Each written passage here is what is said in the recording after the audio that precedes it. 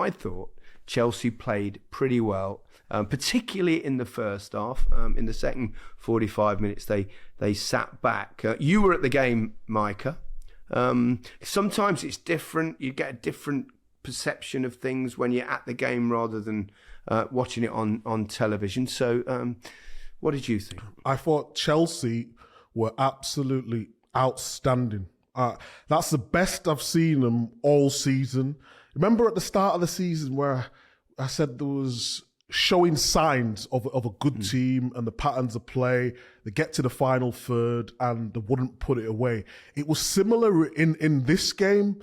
So it was strange because Man City went without a Bernardo Silva and Alvarez was sort of playing a little bit deeper when they was building up. I'm not sure it suited him, Micah. It didn't. Well, you know, I said that yesterday or on Saturday on Sky. I just think on transition, Chelsea played brilliant. They sort of let Man City have the ball, soaked up the pressure. Then it was like one or two passes. Jackson went on the left and then went up front. He was the best game in a Chelsea shirt. Raheem Sterling runs in behind and Man City just couldn't deal with it. If Chelsea was a little bit more clinical, they could have scored 2 or 3 goals.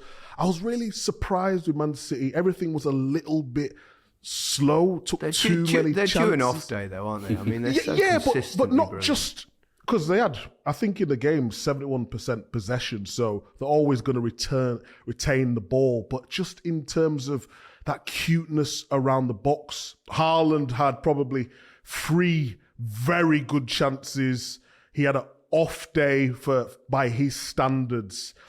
But yeah, I think watching the game and analysing it and looking at the tactics of it, I thought Gusto for Chelsea as well was brilliant. 2 centre-halves as well, Micah, Chelsea. Yeah, I thought especially Disasi. Disasi was fantastic. Really good clearances. His positioning was really good on certain occasions in the game. But it was weird because around the 70th minute, they went to a 5 at the back.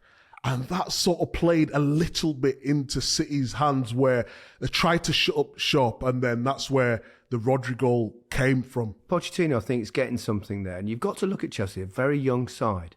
So I think they can grow. There's no question about that.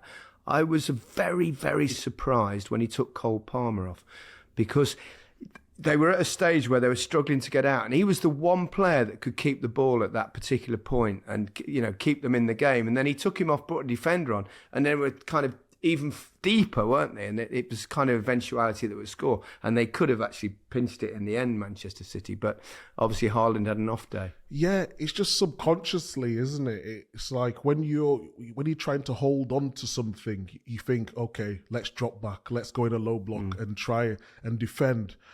On Saturday, I just believed that they had the indecency in the game to get it to the players who could look after the ball and then hit Man City on their counter-attack, and it worked against them in the end. But I thought overall, Chelsea deserve a lot of praise. Yeah. A few signs that Erling Haaland may well be human after all.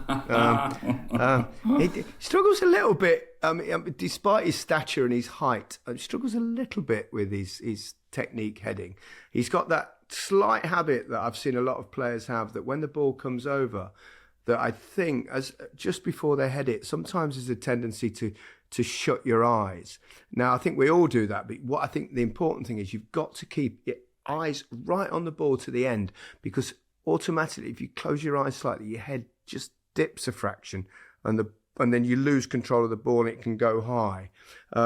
It was something that I always worked on with an old coach of mine from the age of 12 when I joined Leicester, and he also trained the youth team at Leicester, so I was with him for it's about 7 years, and his whole thing was about, we did a lot of heading, which slightly worries me for... Yeah, I guarantee I scored more headers for England than you did, Alan. Ooh. 15, I think. Was it 15? Yeah, I think more than anyone. Right. Interesting. Yeah, I think so. I don't want to boast on that, but I am boasting. I suppose it's easy to fucking fly when you've got Dumbo legs, isn't it? Yes, Alan, well played. I was like Teddy Sheringham for you there. I was just knocking it across for you to pop it in the goal. Well, absolutely brilliant. So yeah, but I mean, you know that in the second game, Micah, and I know that the main concern for you is your fantasy. So he'll come good and bang one or two in. But but again, it's a bit like we spoke earlier.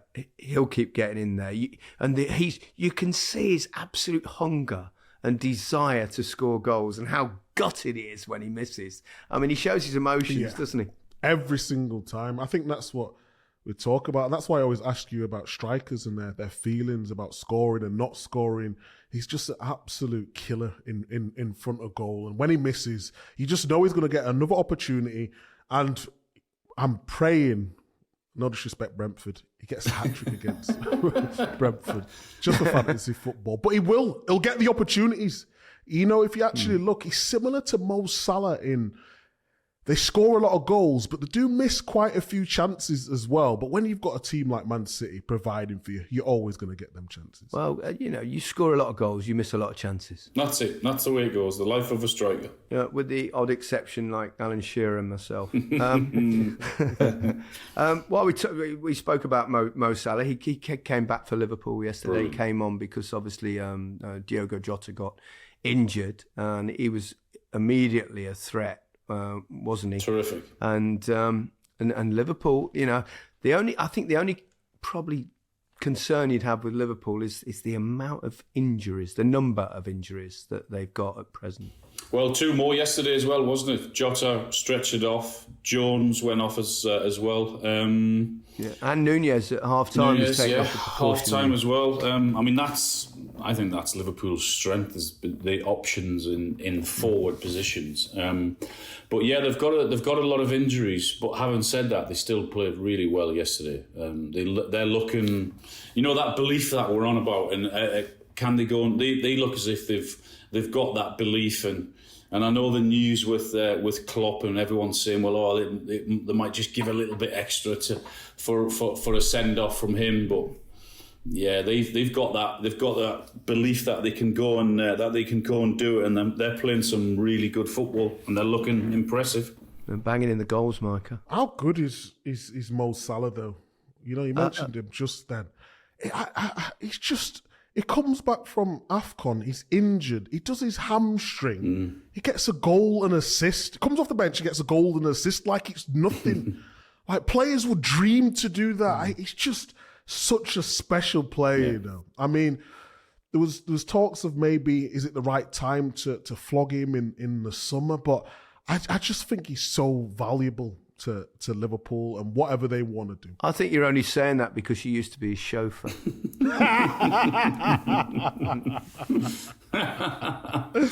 No, he's a top player, man. Yeah, I think a sign of great players really is that they don't. You could say the same about Kevin De Bruyne. They don't seem to need that much time to get back in the swing of things. Yeah. Salah's been injured. De Bruyne was injured for a longer period, obviously. But, straight in and bosh, here we go. It's like we've never been away.